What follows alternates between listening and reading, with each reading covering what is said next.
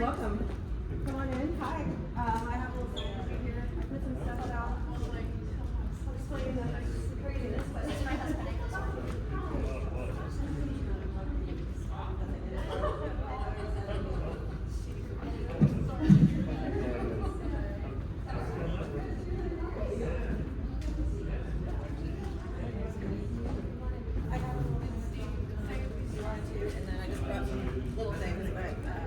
If you wanted to ask any questions for the moderator, I put here it is.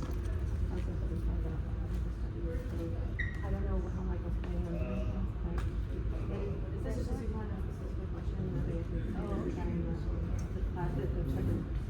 Michael, he's the and then why I didn't play just so, but I don't need to know the questions. I don't think the moderator.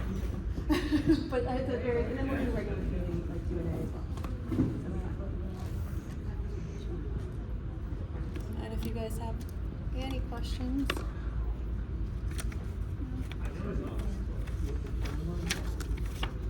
Yeah. I'm not going to text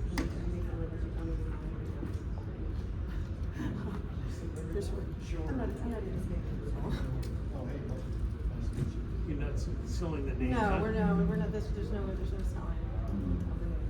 This is gonna be fun. Our names aren't worth that much. You know what? He's okay, so well, this will be for later. To make sure my pens. I've been writing like crazy. I'm good on my pens. Okay. Hi. Welcome.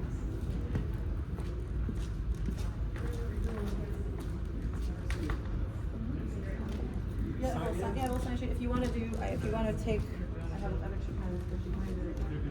Michael's doing some Q&A stuff. If you want to do it here.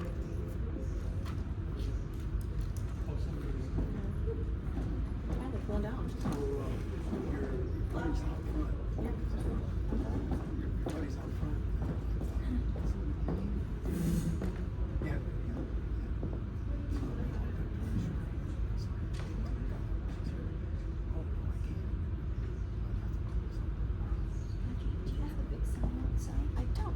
I have one in my car. I have one of your big ones in my car. McGee's here. She's putting big signs up there. You want to take whatever you want? I want to take big sign. I can give you my car keys. I don't know where you Yeah, actually, I'll give you. I don't even know what your car is. So Is your husband not here? No, he's in Boston. He has convention. This is Honda CRV. It's on It's that black. side. Okay. Yeah, the black. I think I do. Yep. Okay, give it to me and we're going to put big sign up there. Okay. I have the three. There's three, and don't mind the mess on my Can phone. I put two of these Yeah, in you can them? take whatever you Maybe want. three. And I don't know how many you have and stick it in the ground. I have, yeah, and then I can give you. I should have brought the big sign. I have the big sign it's in my car. There's three of them in the very trunk. Okay. Thank you for this. I appreciate it. I try to be pretty cool girlfriends. Someone? Thank you.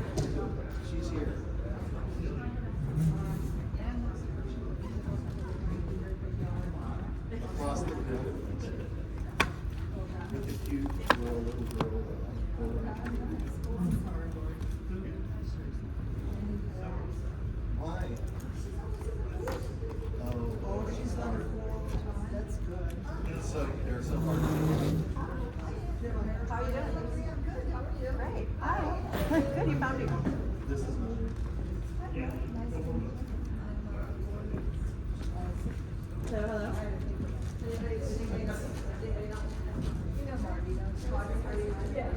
Yes. Very nice to meet you.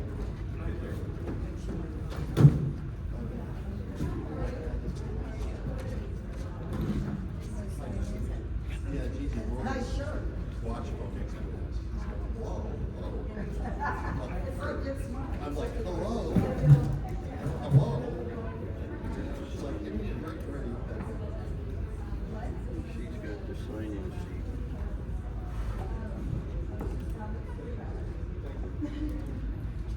Nice shirt. Hopefully they'll do both. Yes, let's hope they do something. We need a quarterback. Yeah, so my, Yeah. really. Well, I would rather have one season. Yes, but they offered him that huge contract and everything. One hit. He had taken so many hits already. Yes. One shot. Well, it didn't help. Brand new helmet, gel in it and everything didn't help. Well, there's something I shouldn't be, I don't know. What are you gonna do? It's the way, yeah. Let's say, It's the way it falls. Falls straight to the bottom back. Yeah. Did you call it? No, I like it. I don't know, because the way you said it, it's like.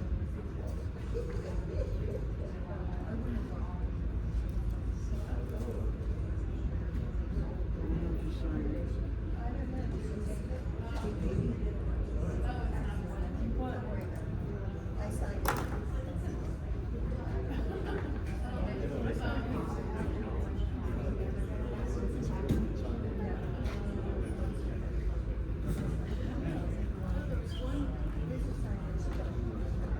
Yeah, she must have it.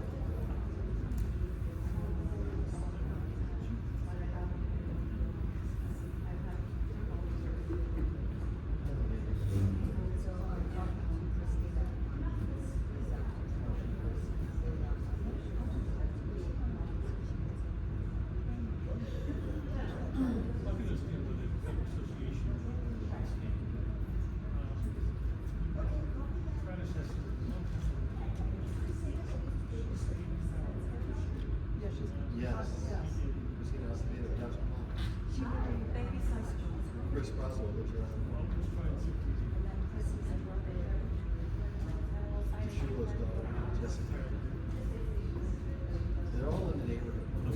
So she's on 8th Street, but 7th Street. This is 7th Street. Yes. They live on 7th Street. All right, let's take time. Do you guys have no time else? Right.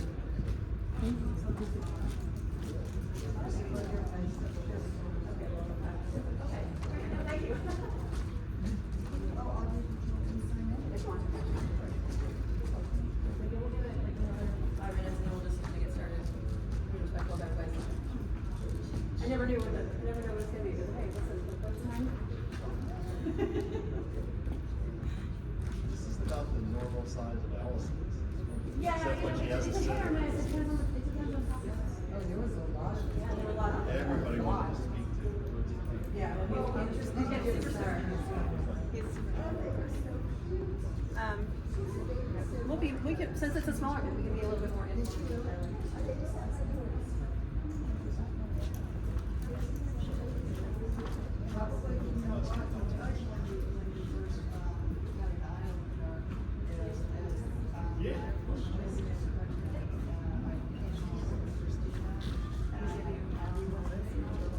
Give it about 5 minutes just to see.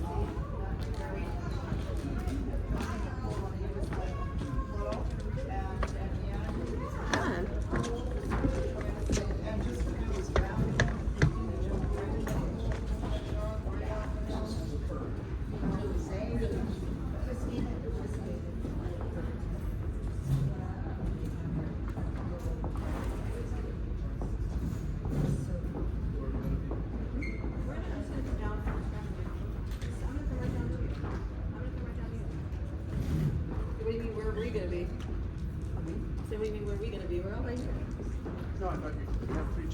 Oh, well, originally, when I booked it, that's what it was.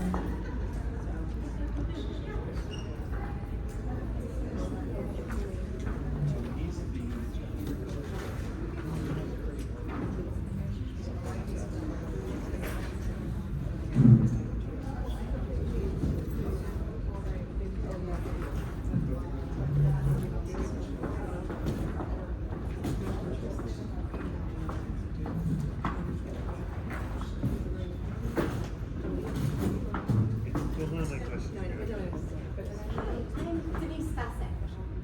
Nice to meet you. I don't even know that we can. Yeah, the people.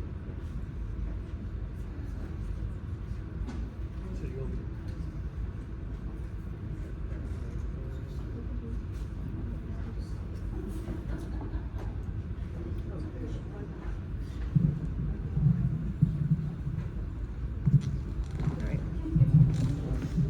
Okay, I don't do stages. I normally don't even do microphones because I'm loud, but just in case I'm not loud enough, I'll do it that way. Okay, so guys, thank you so much for coming. I just wanted to say I apologize for the confusion for a lot of the things. The event poster and everything had to get shifted and changed a lot, but ultimately, the reason why we're here is I wanted you to know who I am, I wanted you to be able to kind of just get to know you, and a lot of you have, some of you I've known already, and then I wanted to just get a pulse for what was going on. So when we had to shift gears, I'll see if that's it. So when we had to sort of shift gears in terms of, okay, forget it. Forget it, I'm loud. So when we had to kind of shift gears, which is fine and totally appropriate, the good news is that when we did, I informed Michael as well, and he was working on setting up a community forum. So they actually did pick a date, and I'll let him share. But originally I planned, and I invited Mike DeOliveira from the New Pelican to basically, I just said, if you want to moderate, great. I'm going to push it to you, and I'll just send people your way, and I'm out. I don't want to know anything. I don't want to be any, so this is very much just, all I did was host this space, and specifically to get some neighbors together, and specifically to get people to have the beginning of the conversation. It's pretty much, that's about it. So we'll start here, and we'll go from there. So I will turn it over to Mike. Does Commissioner McGee have an opening statement too? Well, she said she wasn't going to participate, so it's up No, to you. ma'am, I didn't say that. I said she could not participate Correct. because she's an elected This is- official. I told you that. You are No, absolutely, ma'am. sir. You then changed your invitation to 6 question marks and 5 question marks. Edward McGee is 6 and 5. We're here for the campaign. Do I get an opening statement, ma'am? If you would like an opening statement, you're more than welcome. The reason Commissioner McGee is not here is because when She can't hear you. Excuse me. Can't hear you. the reason Speak up a little bit. The reason Commissioner McGee is not here is because she is an elected official. She is under the auspices of the Florida Election Commission. When Ms. Fesik posted her invitation for this debate, I wrote her immediately saying she couldn't appear if it is sponsored by you. For reference, we all saw the Trump and Biden debate on CNN, sponsored by CNN, neither Trump nor Biden. We saw the debate on ABC between Trump and Harris, not sponsored by Trump, not sponsored by Harris. That's because the Florida election laws mirror the federal election laws. I told Audrey that Andrea would love to debate her in a neutral setting that is not paid for by a political campaign. That's a conflict that Andrea can't get around. We're still here because she changed it. Said it was going to be a debate with a moderator and journalists. We asked who they were so that we could make sure we could comply with ethics. Audrey didn't respond to us. Yes, sir. So you're saying that the debate with CNN with Trump and Biden was not sponsored by the Democrats at all? No. And in spirit? No. Well, Spirit, neither was, they were sponsored by CNN. Okay. Okay, we're gonna get back on target here because this is my forum, yes? Absolutely. Can I just say something? Yes. Whatever brought us here, we're grateful that you're here to tell us about your point of view and what you wanted to accomplish for this city. And this hostility is inappropriate. And it shows back it from you, not from her. It shows back it for you. So stop it. Put it to the side and let us hear her voice. That's fine, but we heard you, and that's enough. That's enough hostility. Okay, thank you guys again. We're going to be, again, positive. If you have seen my flyer, it does say that we're going to stay positive, and we are going to do that. This is not about he said, she said. This is about let's get the community together, and let's talk about what matters most to you. So I want you to know, so this is, the field is yours for the first portion of things. And then if any of you have questions, you can go from there. Great. So first of all, again, my name is Mike Gilbert. I'm the publisher of the New Pelican newspaper. Just so everyone knows, Audrey didn't coordinate with me on any of the questions that I'm going to ask. Certainly not any questions that you're going to ask.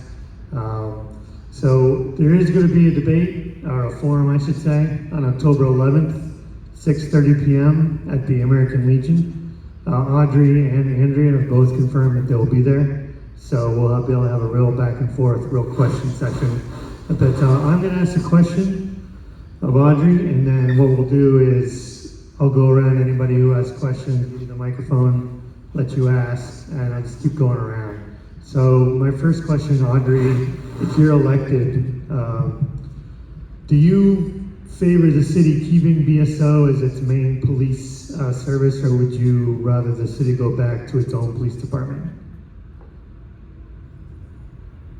I know that we are, as a city, we have a large contract with BSO. I'm not a commissioner as of yet. I'm not, and as such, I don't know enough details, just to be completely straightforward. I don't know enough details about what those things look like, what the agreements are in place. I think that it's very important for the community to have that conversation, and until I am in there, if I am elected, I wouldn't be able to form an opinion until I had all the information available. So if you are elected, would you take a look at it? I would always look at anything. I'm here to listen, I'm here to look, I'm present, and I'm willing to show up for the people and hear what everybody has to say. Okay. Yep. Anybody else? All right. Oh, there we go. Are you able which one was cheaper? Was it cheaper to have Broward County BSO, or was it cheaper for Pompano Beach to have their own police? Well, Pompano switched to BSO in 1999, so it's hard to compare the costs because it's been so long. I do know that if Pompano was to switch over back to its own police department, it would cost a lot of money in startup costs. But as for the specifics, it's not something I think anyone knows unless there's a serious effort to look into it.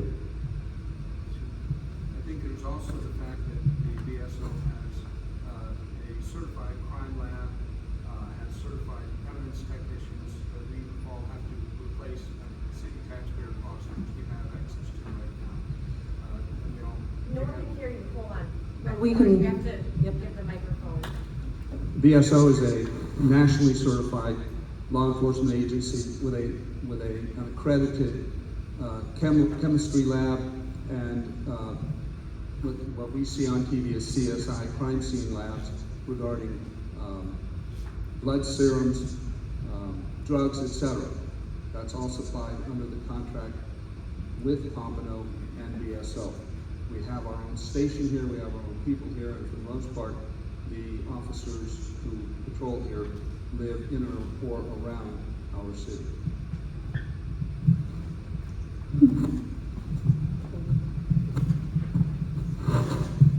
Thank you.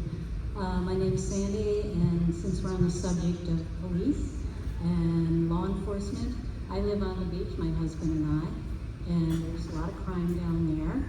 And the only time I see the police, now lately, I have seen them actually walking a beat maybe once a week at like 9 o'clock in the morning on a weekday when there's not a lot of activity. I don't see them driving up and down that often. On the weekend or in the evening when they're really needed, there's like nothing going on as far as that. Once in a while you see a park ranger, and again that's weekday. During the daytime when nothing's going on, you know, you got the kids down there doing their surfing or whatever, but they're not there when you need them. So they try to make a presence when it's not that important, but they're not there any other time. That's my opinion. I live there, I see it all day. I do know I have talked to some of the officers, thank you for that. I do know I've talked to some of the officers in the area because there was recently an altercation at Southeast 2nd with some, I think, people who were, I don't know if they were homeless. There was an altercation and they mentioned, and I told them that some neighbors were concerned about that happening more frequently. And they did tell me that they would make sure that they came up and down more regularly. But again, that was just me as a resident just saying something to them. But yeah. Like I say, on a weekday at 9 or 10 o'clock in the morning, that's not when this stuff is happening. We have lots of great stuff happening. So with, that's something to look into. Maybe ask them, hey, can we have increased presence? If we have increased traffic, we can have increased presence as well. Audrey, I'm on the south. Sure. I'm on the south side of the village. Yeah. I don't even, I don't ever see BSO unless they're called out. Right. Ever. Yeah. And the traffic, they just fly by and run over, it's never anybody really slipping out. Yeah, one good thing, there's the non-emergency number 2, so one good thing, just everybody should be able to know is if you have any questions, then you're like, or concerned, or you see something, we kind of can community police at the front, but I'm not letting them know. Michael, do you want to? Okay, go ahead. Me. We rented for like 6 months while my house was being renovated, and we were on the 25th floor of the Pompano Beach Club, looking straight down at Bryony. The police officers are there until 2:30, 3 o'clock in the morning. They leave, they come back and they patrol, and I know. I live there, I can say that. Audrey should know it, because Audrey lives right down there by Bryony, Audrey. You can't miss it. Yes, I see them when I walk in the morning, but I agree that I've also seen sometimes in certain places. Yeah, that's right. Every morning between 8 and 10, and I see at least two of them there every single morning. Not in the afternoon, but as far as the mornings, they are there every afternoon. They're very friendly, they wave, they know us. And I see, yeah, they wave to me too, and I see them when we walk up another pier. But I agree with what you were saying. Yeah, they're not there in the evening and the weekends. Well, that's something we can bring up to them and see if they can add There's it. all these rules that allow music and walking dogs. They don't enforce anything. So, all right. All right, sorry, we've got, can I have the microphone, please? Make sure, thanks.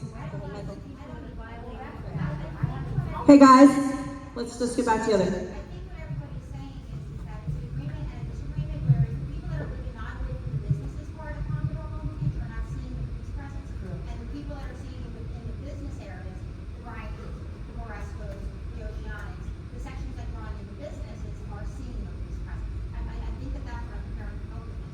So you're getting it from both ends, right? Where the police presence should be not just for where it's benefiting the city, but the town. It should be also for the children. Audrey, it's not just about getting to know you, but it's also about people bringing their grievances to you. So that's just one grievance that you might want to keep in mind and address for the people. Absolutely. To be fair, I don't think it represents anything of a rural police observation of any neighborhood. I think it represents more crime in the neighborhood altogether. And more people, right? So there's more activity, there's more things it's actually great that we have so many wonderful things happening in the city, like that we actually have more people coming in, we have more. But with that like you said, there's just more people, there's more opportunity. Yeah, absolutely. Audrey, hi, Brian Mead. My wife and I have lived in Hillsborough Shores, beautiful neighborhood just south of the Edmond since 1997. I've been a business owner in the city of Pompano, just between the Jack's Hamburger and the Publix since 2000. So business and personal, this Pompano Beach is part of our family, and we raised a son here. It just seems over the last decade that anything that gets put in front of the city commission, regardless of what it is, developers buy a property with a certain zoning in place. Developers come in, and I couldn't tell you the last time the city commission did not say, hey, let's take a step back and look at this. I've attended public hearings on the 16th Street project in A1A, and by 4-1, people were there, the residents opposing the rezoning, but yet the commission approved it. And I want to know what your position is regarding listening to your constituents. That's the very first thing on my list. That's the reason why I began to even think about running. And it was a very difficult decision for me for obvious reasons. But just because I also had residents who felt like I was having the same conversations with my neighbors and they also felt the same way. And so as time went on, the importance to me of listening and being present and not just listening, but actually hearing what is being said, and then being able to ask questions. Like, so this particular thing here, even though it sort of worked itself into what it is tonight, which is wonderful, but I get to hear from you, right? So I get to hear from you, I can listen, I can be present, I can listen to your input, I can listen to your input, I can listen to what you think. And by doing that, that's how, it will go up there. I can sit there and I can truly say, okay, here's some issues here, I'll have a finger on the pulse and I'll continue to do that. So, I want to, if allowed, I would like to continue these sort of monthly forums where people can just come and air their grievances or have the conversations, just have the conversation. Get to know your neighbors, because that's what we get our community. And this particular job, if you will, as an elected official, is only to represent your community. It's not to push your agenda.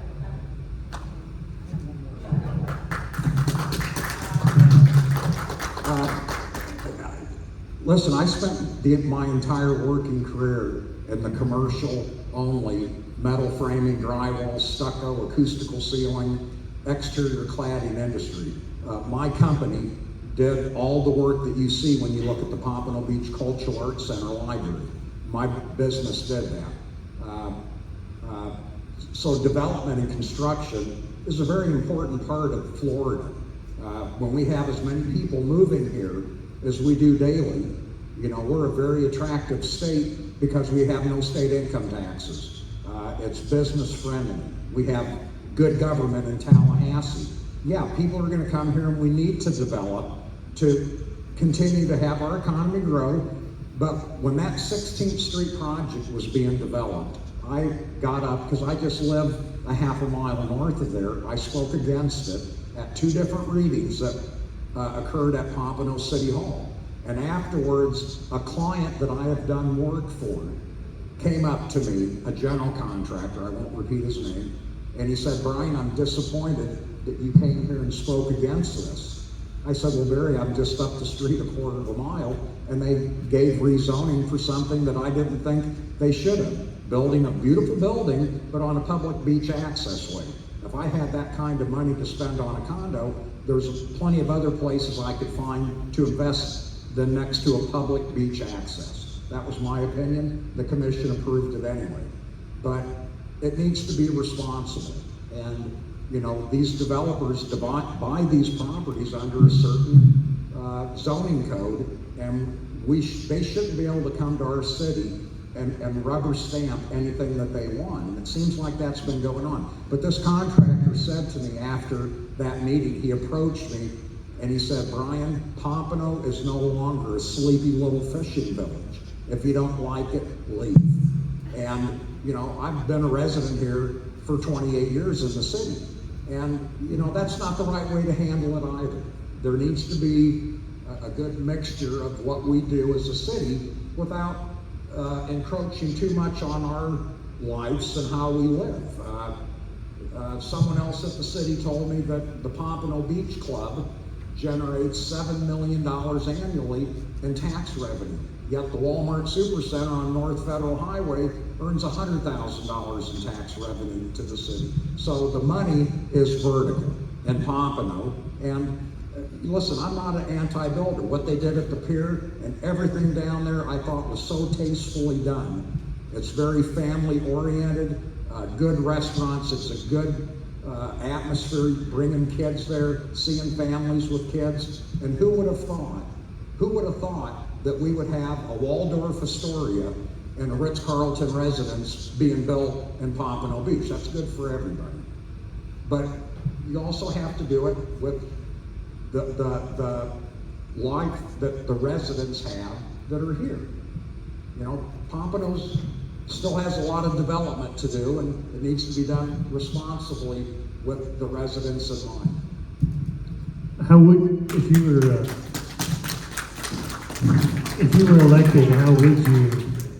elected, how would you balance, you know, developer rights versus, you know, residential rights? Well, so property owners have rights, and developers have rights. You know, the city and residents also have rights. So it would have to be looked at on an individual basis, like anything else. But I think one of the things that we as a city need to do is try to be mindful of what we're doing. So take everything at face value, the input, have the, you know, city input, development. There's a lot that goes into these. I don't know if you've ever been to these development review committee meetings. The city is phenomenal. Their team, by the way, they take so much flack from the developers sometimes, and they know all the rules, and it's one of those things where I actually sat in on a few meetings, and I felt so bad for these guys. They were just catching it from the residents who were mad, they were catching it from the contractors who wanted to do their thing. But I think, just in general, as long as we're mindful about how we're growing, we can find that, I say happy medium, but the happy medium, and it's again, it's not, there's no blanket statement for it. You can't just say, like you said, your residents are concerned about X, Y, and Z. I know other people will be concerned about other things. And it's look at the whole picture, but also look at the individual project. So as long as we're mindful and we make decisions moving forward that benefit everybody, then I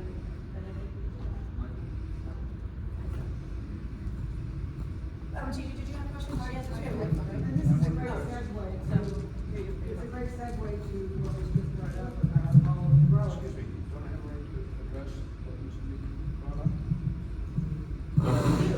You do have a right. Exactly. if you would like it, sure. Thank you. I appreciate and agree with your thoughts. The problem is the Duet, which is the 28-unit building you're talking about, was a quasi-judicial hearing. It was advertised as that because it's required by that by Florida. Yep. And the opponents put in, they said they had thousands of signatures on affidavits, but what they put in evidence, and this is what controlled the commission, was a sheet with 5 signatures and a ream of blank paper, nothing on it. Had they had thousands of signatures, then the city commission would have had evidence to vote against it. But remember, all of us are constrained by a Supreme Court ruling from over 20 years ago that said that a property owner is entitled to the highest and best use of his, her, or its property under the law and the zoning at the time they purchased it. We, as a city, went through 35 years of litigation at the yardarm trying to rezone people out of work. Most people don't realize we lost a $40 million judgment that the Supreme Court saved us from. And the Stefanos brothers finally went bankrupt. That's why we won. In Miami, the city of Miami just paid $12 million on the same thing. A city commissioner that was stonewalling development that was constitutionally protected.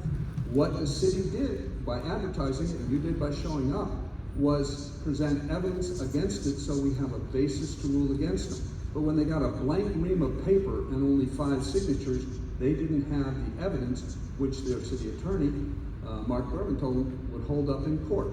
So they voted the way the law required them to. Not because they didn't listen to you, but the people who were speaking for you put in blank sheets of paper instead of signatures. Are you Andrea McGee's father? I am. I think I'd rather wait until October. I'm Audrey Fesik's stepdaughter. Listen, I agree. When Audrey sent the invitation, I told her Andrea couldn't appear. She's great. She put it out with the question marks instead of saying Andrea cannot ethically appear. Not my decision, General Counsel's office decision, It not appears mine. that you are debating here, and that's unfair. Well, she invited us to a debate. Well, I actually changed it to a forum, so we're gonna step back. She invited Yes, us. we have time for a debate on the 11th, and we will do that, but we shifted gears to a community forum, and all of you have the right to ask me questions, all of you, and if Andrea wanted to stay here and answer the questions, then she would have been welcome. I understand the reasons why. Outside, right there. Correct. Can't be in I here. understand. It's illegal. If I you want to understand your take an reasons. unfair advantage to say, oh, she's not here, go ahead. But no, I'm But not. she plays by the rules. I'm here because Okay. not only do I live here in District 1, I've served the city 3 times. Okay, so anyway, again, thank you, Ed. I think we are done with. But as long as you understand, the evidence required the commission to vote the way they did. Thank you. And we're not going to get in the weeds on this particular project because, and who has a question? Sorry. Okay, sorry, Gigi. Yes, you did have your question. I stole your microphone, so sorry. So my question is, and it segues to the gentleman back here. I don't want to do that because I'll. Okay. So here's what I would like Audrey to find out more about. With all the growth that we have, smart growth that is, and some questionable, we also are faced as a condo owner that I am on the beach. We are faced with getting the sitters report done, which is structural integrity reports.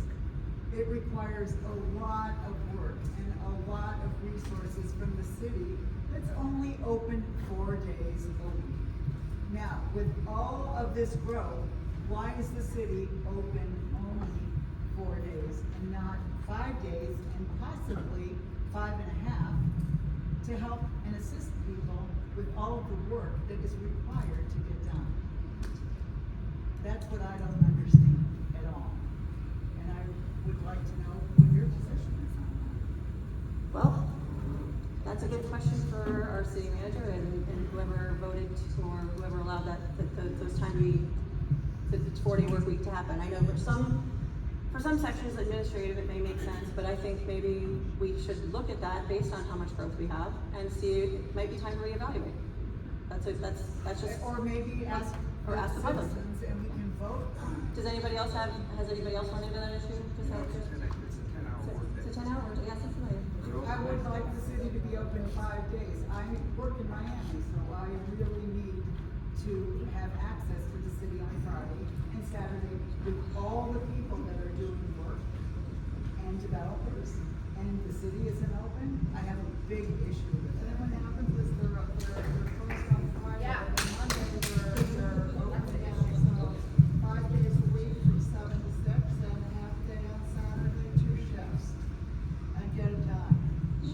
Like I said, these are great ideas. These are things we want to be hearing about. These are things that by having the community forum essentially and having the conversation, we're able to start here because you have that concern, and then somebody else clapped over here. Somebody else has this concern, and so the fact that more than one of you, just even in this room, are saying that it's an issue for you, then see, this is how we get to The city is lacking the resources for assisting people and they're the ones that are requiring all this work. To get a roof permit, you have to wait sometimes as long as 3 months.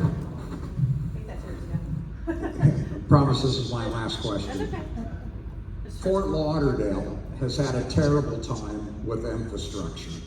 And I got an anonymous source, I'm just kidding, in City Hall that has told me that from A1A to Powerline Road, there are 4,000 units already approved that haven't even broken ground. And that in the next, by 2030, they're expecting the population to expand at least by another 10,000. How can we be sure that the infrastructure that we have in place can support this type of development and that we don't have the same problem that's happened in Fort Lauderdale over the last 5 years? That's a good question. I'm not a contractor. I'm not a poop handler, aside from him. I graduated from that a long time ago. But I think it is important that we address, like I said, everything we're doing with planning ahead and figuring out, let's get those professionals out there to look at that, right? I'm only one person. I'm not an attorney. I'm not a city planner. I am somebody who is definitely will look into that, and I know that the city is doing quite a bit for infrastructure. They do know that there's issues that are coming down the pipe. I would like to see this. I have some of the same concerns as you, so I guess we can address that. You know, as I have information. You know, right now I'm here as a resident, so I'm here as a neighbor and as a resident. So, and by deciding to run, I'm doing exactly that. I'm here as a resident. I have concerns, just like you guys have concerns. And you know, if elected, then of course these things will be, it'll be slightly different. But since I'm not elected and I can have these conversations very freely without any, as I'm saying, without any sort of issues in terms of legalities or sunshine law or anything along those lines, this is a great opportunity for us to get to know each other and to have the conversation. Let me know what you're thinking, and then we can address those things and continue to address those things. We'll bring in the professionals. You can ask the questions to the people who actually know what they're doing, as opposed to me. So, with infrastructure, but it is something to be mindful of. I agree, and I think we need to take a very serious look at that. Talking about zoning and all the infrastructure and everything, I've noticed that the building in Pompano Beach, there's no setbacks anymore. Everything's built right up on the sidewalk, so if there's ever any future need to have to expand a road or sewers or whatever, there's no room. We've pretty much built ourselves into a cave, and you gotta remember, I'm assuming the founding fathers of Pompano, they put this zoning in place because they had a vision. It seems like there's no vision or future vision anymore. It's just build, build, build, build, collect tax dollars, and who cares what the citizens think or feel. I mean, they're closing down roads instead of expanding them. The traffic congestion is horrible. I mean, when a bridge goes up, you're gonna be sitting there for a long time before you can even get over it. There's no room to build anything anymore. You can't expand anything, you can't do anything. They just ignore all the zoning laws, and there's no vision for the future. That's my thought. What do you see? And then you have the train on the other side. You have the, Yeah, I think that there are good intentions, and I think that there has been a vision. I won't say that there's no vision, because that would be inappropriate. There's so many people working so hard to make sure that those setbacks and things are followed. That remember they changed some of the zoning, they changed the ordinances, and some things are out of their control as well. Like some things come from the state down as well. So there's, like I said, we just be mindful. We need to look at everything. I did have a conversation with some firefighters who did tell me that I asked them, I said, what do you guys think? You guys are driving these trucks this big, and said, how are you faring? And they said that they have some concern with traffic for themselves, and just simply that sometimes they have a mild that they're not fast. I don't know what the answers are, but I think your concern is that's also my concern, and it seems like it's somebody else's concern as well. We just have to just kind of look together to make sure that we're mindful of what we're doing and try to think. She has a valid point, and I'd like to bring up, if Pompano is going to be the next innovative city, where are the bike lanes? Why are people getting struck by cars while they're biking? There's no bike lanes along A1A, there's no bike lanes along Atlantic, and Atlantic was decreased even more, if you notice, by right before City Hall. So she has a valid concern, and if this is going to be the next innovative city, I'd like to see that because there's a lot of bikers in town. Harper Drive has nothing. Harper Drive has no bike lanes. It's really dangerous, and you're not allowed to ride on the sidewalk where you're supposed to ride your bike on Harper Drive. Right. I have a plan that I've been doing with cars before, so. Boulevard is a major evacuation route from 95 and Turnpike. They closed it down instead of widening it. I mean, whose idea was that? That was the motion. When I understand, that was the motion. Yeah, didn't somebody say, hey, this is not a good idea, let's not do this? Yeah, well, there's about that. Go ahead, sorry, go ahead. I moved down here from New York City.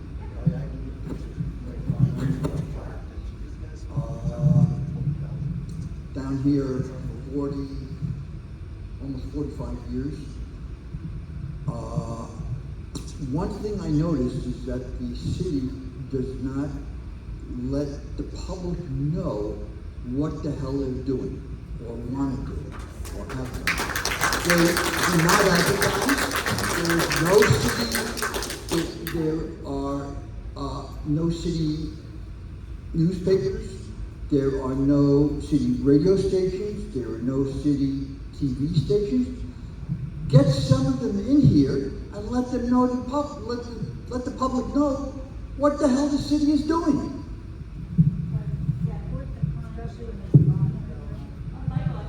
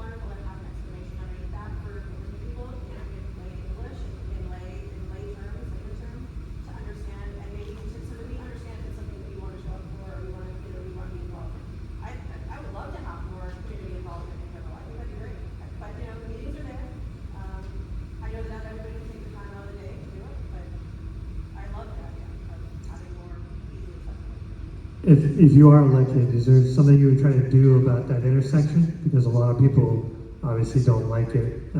What is your position exactly? The Atlantic and Dixie intersection? I am one person that is saying that I am not trying to keep up with FDOT or whatever. I'm not trying to. I can't make promises to something that I can't. What I can do is I can get your residents. I can say stuff. I can tell them like and find out the answer. But if I don't know the answer, I'm not going to blow smoke and tell you if I do. I'm not going to pretend I can, bibbidi bobbidi boo. I just can't. I'm just a computer being. And some things are far outside one little voice. Why don't we make a 30-foot sidewalk? 95? To 95, yeah. That's the most stupidest thing I've ever seen in my life. I mean, who's gonna walk down that sidewalk? Seriously. Well, it's like I said, with some of the planning that they, like, so with some of the planning, I think that, some of the planning, TV or in the newspaper. yeah, with some of the planning that they had, so it started so far back, again, that was another thing that I really wanted to address, was saying, as we're being mindful of what we're doing moving forward, we take into consideration the things that have already been, the city has worked very hard to do. The city worked very hard to sort of line up different things that they, that opportunities for growth for us. But at the same time, we have to remember, we can still find that input, and that would have been a great conversation maybe 8-10 years ago, right? I don't know what, I'm gonna just be full disclosure, I don't know what one little person could do for that, but I think as a community, that's a different conversation with different people, and that's a higher than me. It's a higher than me thing right now. I have a question. Sure. Sorry, Audrey. Yes. You are running for public office. Yes. So with all due respect, we are here to hear your position Yes. on certain issues. One thing I've noticed in the reference to information, in the last 3 years, the commission meetings have gone from 6 p.m. every 2 weeks. Now it's 6 p.m. and then 1:30. 1 o'clock. 1 o'clock, yes. Where would your position be on changing it to continually being 6 o'clock meetings instead of afternoon meetings? Because if you look at the attendance for the 1 o'clock meetings, it's very, very low. And that's my question. Thank you. At some point, I know that this was put to a commission vote because some people who work nights, like work nights and weekends, they couldn't make it to the 6 o'clock meetings. And so at some point, there was a decision that they to be fair to people who had different schedules, that they then had different times. There's always that conversation that if it seems like, there's always that conversation to open up the forum again. Your position? My position on that, I go to both. I think that if you look at the agenda, depending on, and if it's something that's really important to you, if it's something that then the agenda is published a week in advance. I just wouldn't want to take the right away from somebody who, let's say you're a nurse and you work at nights, that you can't get there, but you'd like to be able to have your voice heard for something. You may or may not be able to take time, or your server.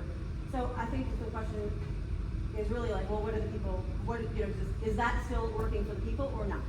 Right? And so that's the question. Is I'm one person. I will make the effort if I want to show up for that. But at the same time, if enough people say, I think the 1 p.m. thing is completely ludicrous, and enough people show up to vote for that, or enough people express interest to change it, it's about you. It's not about. I mean, it really is. It's about you. It's not about me. And it's about them. It's not just. And this is just District 1. Sorry. This is. Then remember that there's other districts and there's other people in different districts that also have to be represented, and they may not be able to make the 6 p.m. They may have to make the 1 p.m. Under the Americans with Disabilities Act, they're required to hold a meeting in the daytime. People who are sight impaired who can't move at night, it's required. And that's federal law. That's a great answer. There you go. Do you have a question? Oh, yeah, well, on that subject, another point is, the controversial, overgrowth and, developer, building,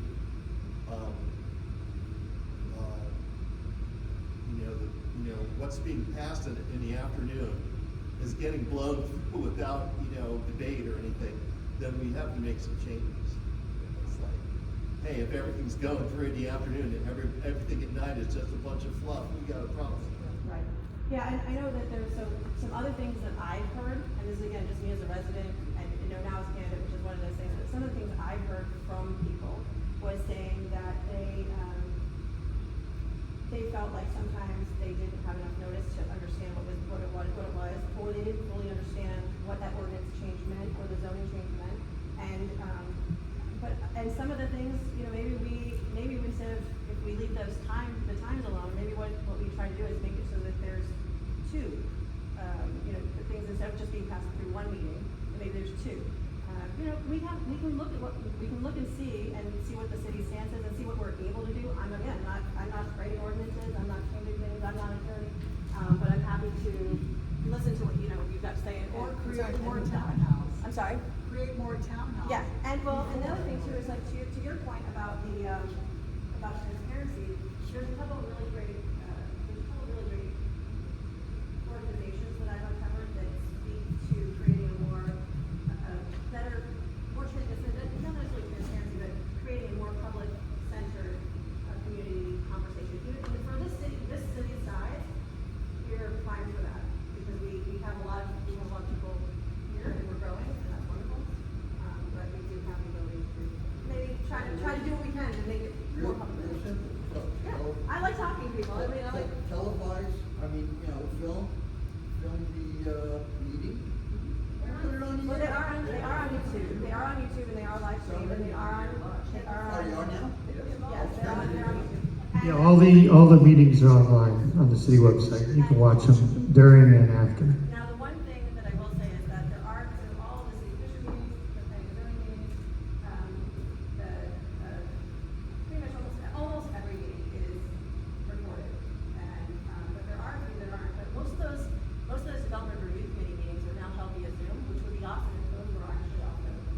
Because that's something if you want to know about a specific project, that would be really cool to have. And it's just technology, it's easy enough. It's already being recorded over Zoom. Just take it, upload the link. And then again, you can feel like in your own time, you can look through that and find out what you need stuff. That would be really great. Yeah, but it's all great conversation. Anybody else? What do you think is the biggest issue facing your district besides maybe development?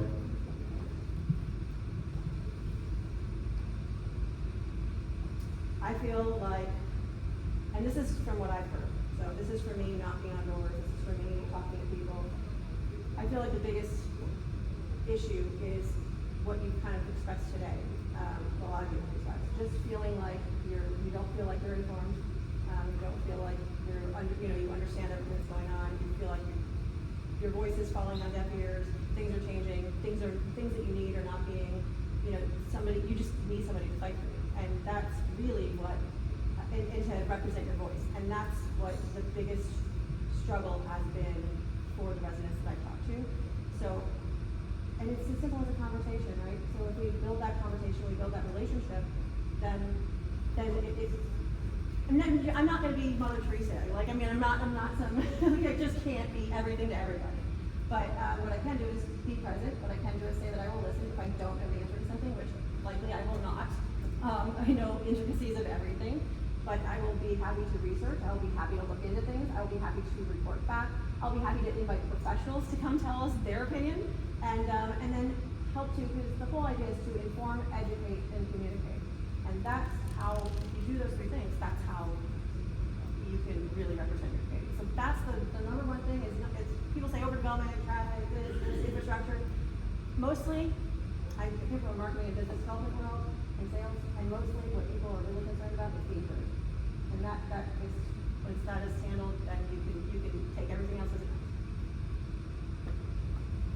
Howard? In your article in the Sun Sentinel, it said that you are planning on putting a full, thank you. It said that you're planning on putting a full moratorium on all future developments moving forward, and I'd like you to elaborate on how that's possible. I did not say that. I said I corrected that in the Sun Sentinel interview, that I did not say full moratorium, number one. And two, I said also in the interview, which you will be able to see when it is published in the video, that I corrected my word moratorium use, but just simply saying that we need to be present. And we need to make sure we be very careful moving forward about what we're doing and how. And so my second point of the question is most of all the codes were reformed back when Laura Fisher was the mayor in 2006, so almost 20 years ago. And this is right before the economic downturn that affected the entire world, let alone the US. Lehman Brothers sold out, big financial collapse. We felt that hard in Pompano, but back then is when they increased the density, the height restrictions, everything. How are you going to try to reverse that without it getting litigious, like the Burt Harris Act of 1992 that say you can't take away air rights or any sort of property rights from an individual? And as property owners, how would you try to correct that? Or how are you planning on trying to change that? I've never said that I was trying to change it or take rights away from people, because that would be inappropriate. However, what I will defend, and I will say, is that property owners, all of them have rights.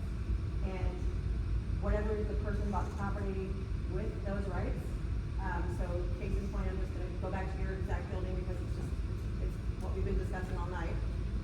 It's working within that. There's a lot of things that also, that the zoning ordinances have been modified in some ways, several times. So it's not necessarily that it's taking away rights, and I'm not trying to do that to people. But what I am trying to say is we don't necessarily need to approve anything further over and above if it doesn't make sense for the community, and we need to be mindful and take every project and look at every project with an eye towards not just what it is right now, but what the whole neighborhood and the city looks like in the future. I'm not trying to take people's property rights away at all. I think it's really important that we all have our rights respected. Well, on property rights in our neighborhood in particular, we live in a pretty nice neighborhood. We have a halfway house up the street. I mean, somewhere along the way, these property rights have got to be reined in by the cities. I mean, it's getting out of hand. I think that was a federal issue, though. Yes, Yeah. whatever it is, That's it needs to be looked at. I mean, it's really nice to watch, It's actually, I think it's a state actually. Yeah, there's something with the American Act of Disabilities. That was because I sat through one of the meetings, and I don't claim to know a lot about that, but it was brought up by one of the people who were working this. So yeah, but again, these are things that at commission meetings or when the topics come up, these are important things for the public to have input or weigh in. I mean, every time there's a renovation on a house in our neighborhood, you get the chills. We have no idea what's coming in. Oh yeah, I still have two follow-ups. So is there an example of a project that was approved for further, like above and beyond what they were allowed to by right that you can think of that you could use as an example? And what was your position on that? I wasn't here for that. I was 2019 position that he expressed was exactly what the neighbors wanted. Yeah, okay, sorry, what they wanted to do was to take the two towers on I believe it was a 0.66 or 0.67 acre lot, and they asked for the zoning changes to be made, and they For what? What were the changes that were requested to be made? We can get into the weeds if you want to, and I know you know this very well, because I don't actually. Because you heard from meetings, both of them speaking to the project. So we're not going to get into the weeds on that, and that's fine. I was not at those projects. You were at the meeting. I have video. I'm positive I was there for a completely different meeting. Not there, but at different meetings. All right, we're not getting into the weeds. My next question goes to. The next question I have was for federal. You brought up that if it's a federal issue. A few people have come up to me because I've done a few aviation developments, granted in Hollywood at North Perry Airport. But someone's been telling me that you're planning on changing flight paths or trying to reduce the student flight schools that are going into. Okay, then that's what I. Yeah, in fact, the same person we were talking to stopped me and let me know that you reached out, which is thank you for that. But they did tell me their concerns, and all I said to them was, let's hear what you have to say, let's look at it, let's go meet. I met with them and got into the city, and he explained certain things to them. And we're still working towards finding, their flight pattern, something like that. I can't change any of that, that's federally regulated, that's from the FAA, they know that as well. We are trying to find ways that maybe there's a happy medium somewhere with the growth and the things that aren't regulated by the FAA. So if there's some things that can be done, great. And so for the Pompano Park specifically, would you support customs coming in as opposed to student flights? Because I know Pompano had been trying to get into customs there because the only one's over by the Port Everglades. With all the people that are voters in this community, would you support customs going to the airport? Maybe. We'll have to look at that. Yeah, maybe. We'll have to look at that. We'll see what the people think. Sure, go ahead.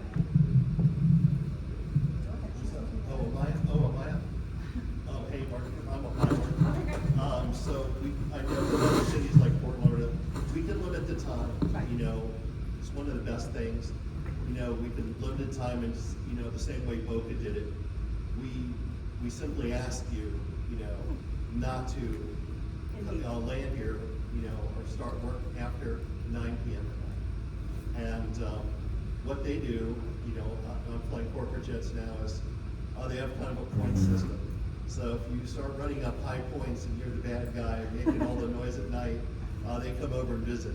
So we can do things. There's a lot of ways to beat the system. Well, it's And work with the federal government and get it done. I think it's just working together as a community. But I know the city can limit the time, and I'm getting tired of these guys doing touch and goes at 11 p.m. It's getting a little late. You know, it's time to knock it down. Put a time limit on. You know. I mean, obviously, you're not going to be able to stop if somebody has to land. They're going to have to land. You know, you can't stop air traffic. And I think everybody who knows who's not by the airport, they knew that. You know, they knew they lived by the airport. The concern I that you're am saying. all for U.S. Customs. Yes. Okay, great. The more places I can land, pay fees, Especially from go to the city, and clear my jet, I am here. One thing that's great about the federal government, they shut down at 6 o'clock. You know, it's like, after 6, you're paying some huge amounts of money for them to show up. Do you know what time it is on the street? Just like, I know It's it's like, great. 8 o'clock. 8 o'clock. All right, so we live till like 30. So, oh, sorry, Tom. Sorry, I don't want to say something. Hello, everybody. My name is Tom. I just wanted to address a couple things that came up just quickly. The halfway house item is definitely a concern that happens in every single district in Pompano. I dealt with it for hours and hours when I was in office. Pompano did pass the strictest regulations allowed by the state of Florida. So you can't add another group home if there's one already in your neighborhood. The city will not allow it. And they pass some of the strictest regulations when it comes to parking, square foot, things that a regular residential home wouldn't have, to kind of combat that. And I know that our code enforcement is working on that day in and day out. And same with the Airbnbs. We pass some very strict regulations to try to keep those out of the neighborhoods. Planning and zoning meetings are where a lot of these projects get approved. These meetings are all held at night at City Hall. A lot of these projects are not approved by the commissioners. They're approved by the Planning and Zoning Board. Pompano does have a TV station on Channel 78. Communication is very important. I do think we lack it sometimes. There's always more that can be done. As far as infrastructure, our neighboring city really did make some huge mistakes. I think criminally at some point those people will be charged. Pompano does work day in and day out, checking our lines. They camera them every day, I know that for a fact. So I think infrastructure is looked at every day. Every project is approved based on what the capacity is. City being open 4 days a week, I agree with you. I think we should be open on Saturdays. Bike lanes, Atlantic Boulevard, the new sidewalks that everybody dislikes. That outer side is a bicycle lane. That's what it was built for, so the bikes will not be next to traffic.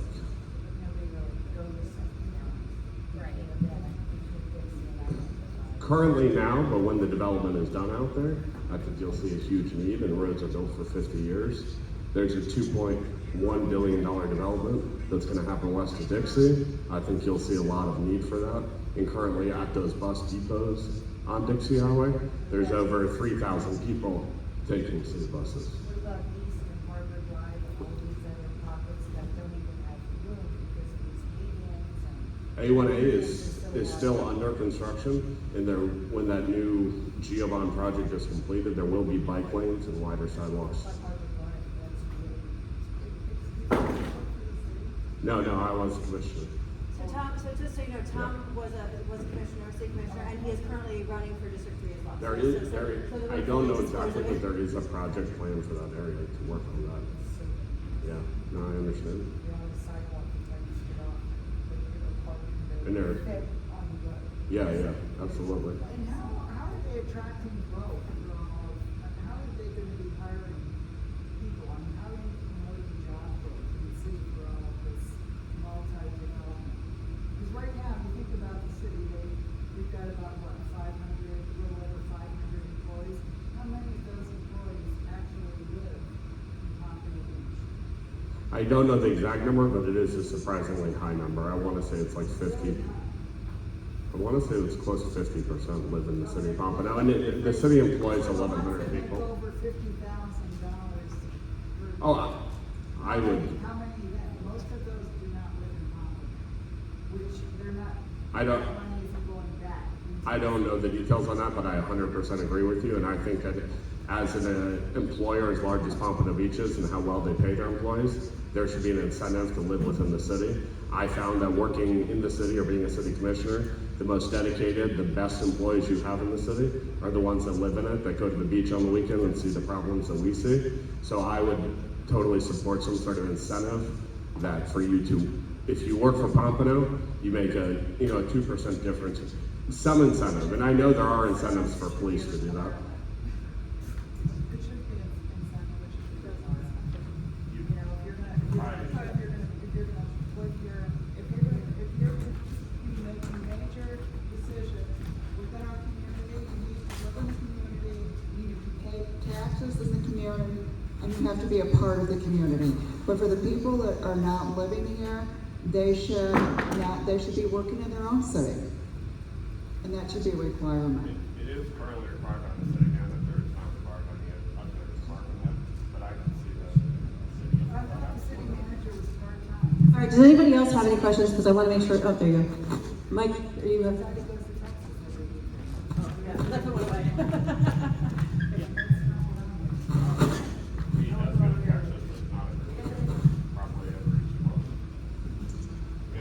Hi, Audrey. My question is about the people that have, for years, for 30 years, I've heard a lot of allegations, especially west of Dixie, out to Powerline, of people that tried to rebuild their houses, tried to get funding for something, went through the good faith process of getting something mapped out, but they were shut down by our city commission board.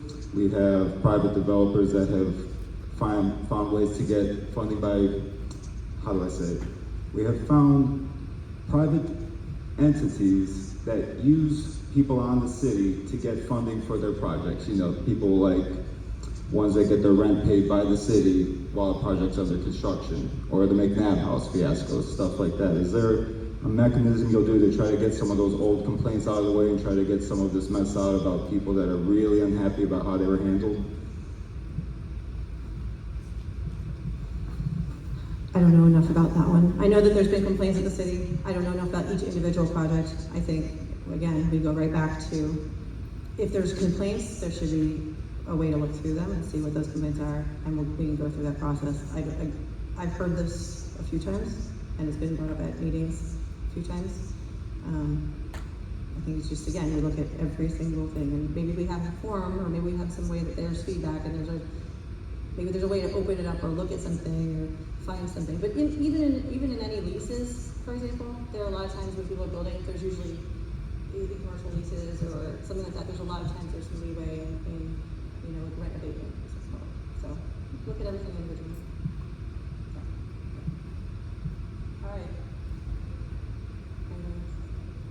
All right, so let's see. So I just want to, since I know I mentioned that Frank Kelly was going to be here. He sent me an email. We'll just shift gears if that's okay, because we'll try to wrap it up a little bit earlier.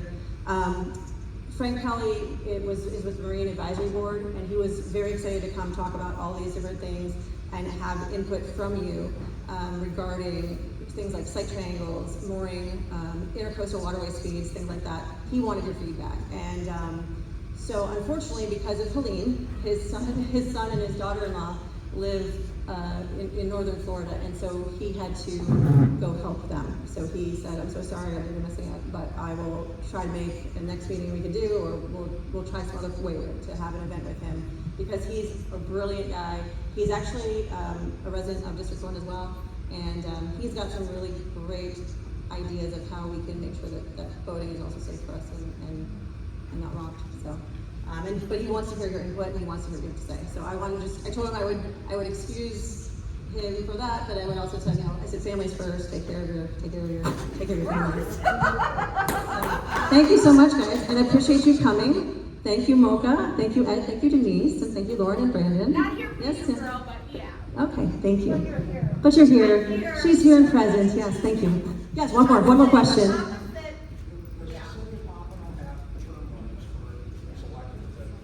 Not currently. I think it's worth having that conversation, don't you? I mean, I think I don't think I need to be anywhere for longer than I need to be there. And if somebody else wants to come in and challenge it, and the people want that, I think that's an important thing, right? So if people think there needs to be term limits, term limits. He asked me if I supported term limits. And I think, sometimes, like anything else, people get comfortable, right? So if you get comfortable doing something or whatever, then maybe you kind of put on autopilot. And that's, as an ever-evolving city, an ever-evolving town, and there's people coming here all the time, maybe we have to ask that question again. And maybe we have to present it to the city and present it to residents. And if that's what the residents say, then I would fully support that as well. It's about the residents.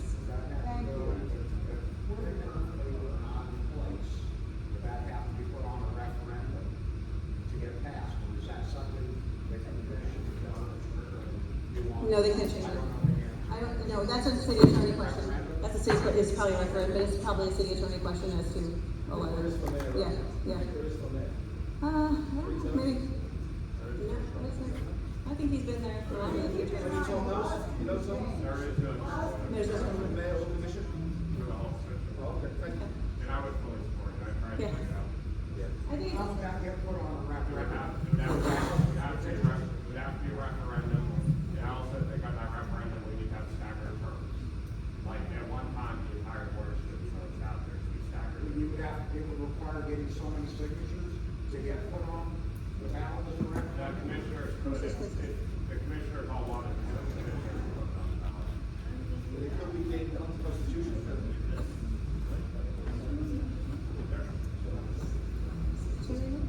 Okay.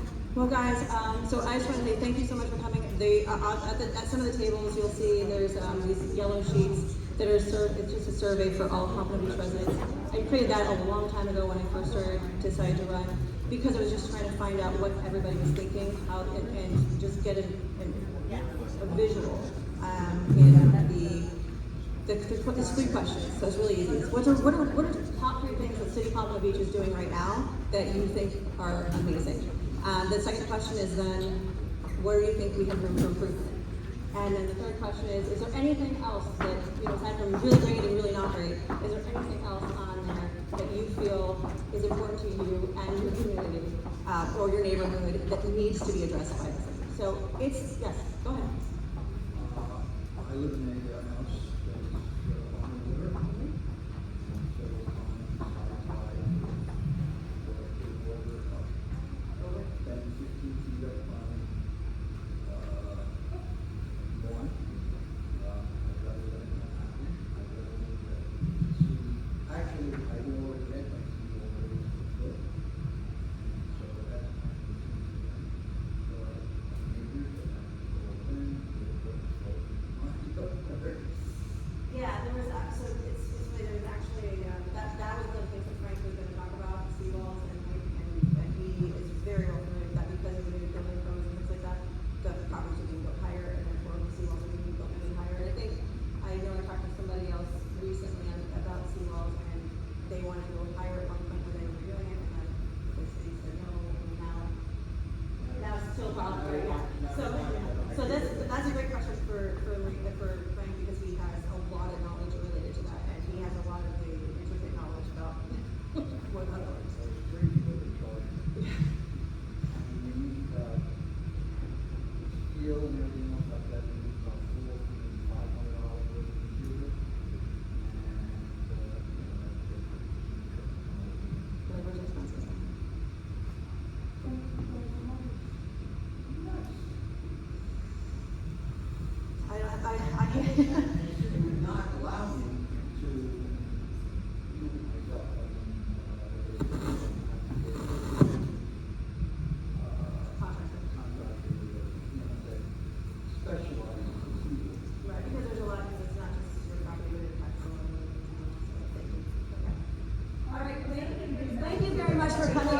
Sorry, yes? We have a grow bond that we are going to be voting for, and if so, I would like to make sure that the public is really aware of what that entails and what it means if that will pass. A lot of people on the march didn't even know it was on the ballot. I think that grow bond and march is pretty much the only thing common at this voting point.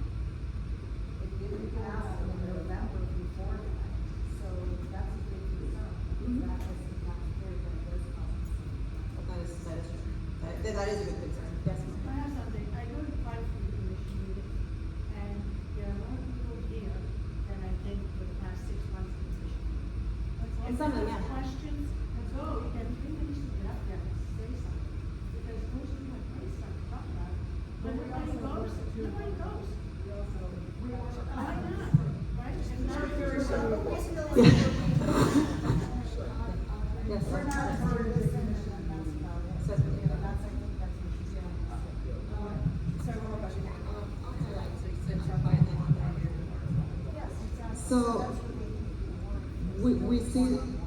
we see new development coming into the city, and like everyone else, I'm very excited about the Ritz-Carlton and the Waldorf Astoria.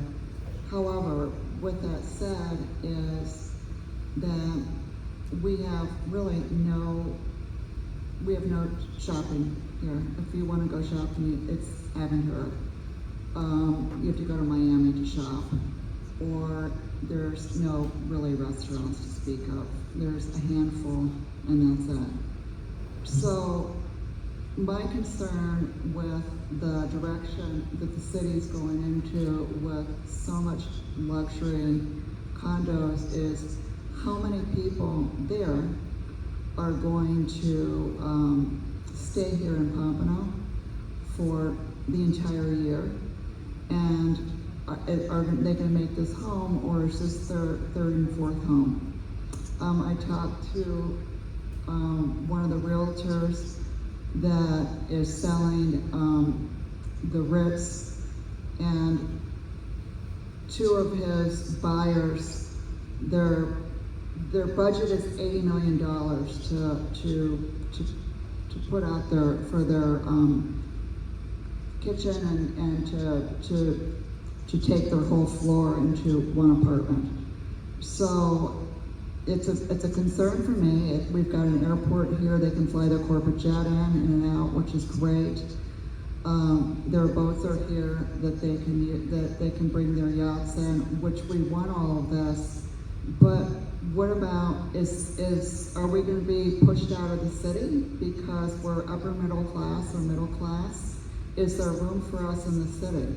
Is there room for you, for all of you that are here? And with that also said, is there a reason why that we do not have an A rating public school?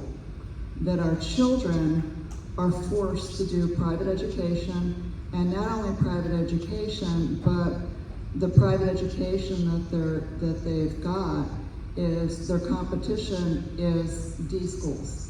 So they don't even have to keep up with it. So I feel that we need more for our community with jobs, with the people that are living here that are going to enjoy everything, and that we can have more shopping. I don't want to have to go. The only store I can go to is Marshall's or TJ Maxx. I think our community would like more than that. And I don't know if that's possible. I would like to know your direction. How many elected officials don't go to public schools? There's like 3 questions here right now. But I think that with growth, we have lots of opportunity. I hope that with the Waldorf Astoria and that type of thing, that with the growth that we do have, that we can attract bigger and better stores and such. And we do have, sorry. And I do know that, and like Lauren and Brandon are both in commercial real estate, and they deal with a lot of the larger brands as well. So there is opportunity for everybody. But okay, I'm gonna go ahead and close this tonight because it's kind of getting repetitive, but I wanted to thank everybody for coming out. And look, this is what I wanted to make sure I conveyed. Thank you for showing up. I understand, and I'm sorry for the confusion on a lot of changes to the schedule, but this is what I really wanted to do. The reason why I wanted to run is because I really wanted to foster a sense of community and continue this conversation. We're all neighbors. We can have varying points of view on many, many different things, but in the end, we can all shake hands, we can find common ground, and we can live together, and we can become really more of a community and more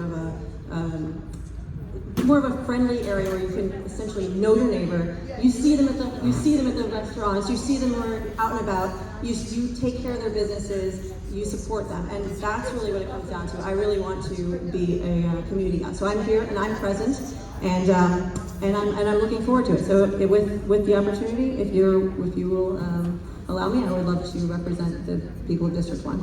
Thank you very much, guys.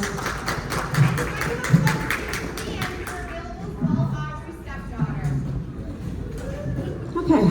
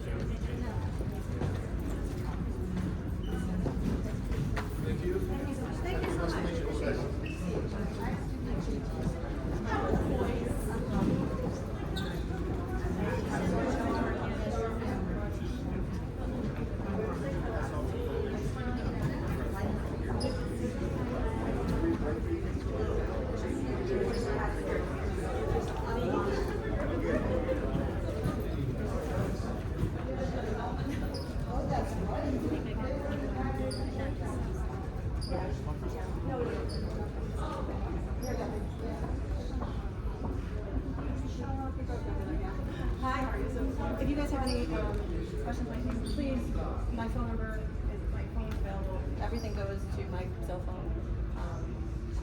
All the speakers, I just really wanted to, we'll do a lot more fun things. Not even this adventure, but just in general. I'm a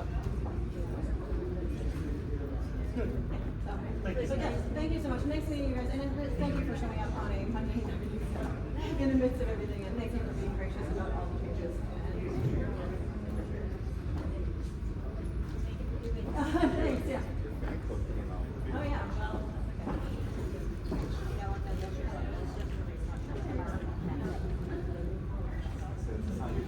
Everyone knows what you're doing, somebody's getting it in. how are you doing?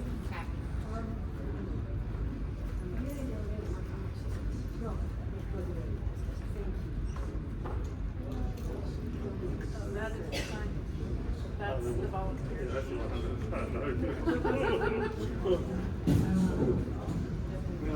Do the signing sheet. When in front of me goes, I think I've just volunteered for something. I crossed it out, that was it. No, not me. No, there's nothing to do with that then. That's what being a neighbor is about. Yeah, so like that. That's what being a neighbor is about. And so you can anything that's what I done. We'll turn this off real quick. Let me see now. I'm gonna stick this in here for now. So bye. Thank you so much. Thank you so much.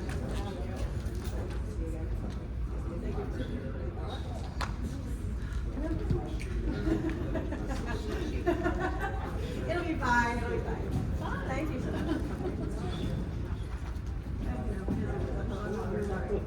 Let me go back. Nice to meet you. I'm not going to say your hands, I had somebody got to pull down. And then I met the really, they 95 dogs. Oh, they're right on the land. They're new residents. Oh, wow. They have a business. Where do you live? But they have a business right there on the 95 dogs. You can tell them about what we do. Oh. I was going to say, so. I was like, I need it. Yeah.